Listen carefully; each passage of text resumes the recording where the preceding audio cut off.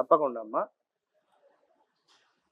స్వామివారి యొక్క అనుగ్రహం అంటే బుధవారం రోజు ఒక బూరు తీయంది అంటే పూర్ణంతో ఉండేటువంటి ఒక కొబ్బరికాయను చక్కగా కూడా స్వామివారి వద్ద ఉంచి ఒక అర్చనాది కార్యక్రమాలు చేసుకున్న తర్వాత, అంటే ఏంటి మీ ఉద్దేశం? పూర్ణమా ఇలాంటి కొబ్బరికాయ మొత్తం పూర్ణంతో ఉండేది కంప్లీట్ గా బూరు తీయనిది, అది గ్రీన్ కలర్ లో అది బోండాన్ని నివేదన చేసి, బోండము లేదా మామూలు కొబ్బరికాయ అయినా ఇదైనా పర్వాలేదు, రెండిట్లో ఏదైనా ఒకటి.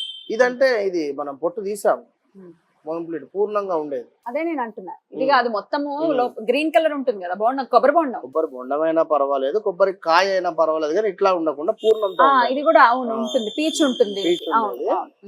ఇది స్వామి వద్ద నివేదన చేసి అర్చనాది కార్యక్రమాలు చేసుకొని 108 ప్రదక్షిణాలు చేయాలి. ఈ 108 ప్రదక్షిణాలు కూడా చాలా మౌనంగా, ఇప్పుడు మన దేవాలయంలో చేస్తూ ఉంటారు, చాలా మౌనంగా ఎవరితో మాట్లాడకుండా ఎంతో పిన్ డ్రాప్ సైలెన్స్ గా వారి పని వారు చేసుకొని వెళ్తారు.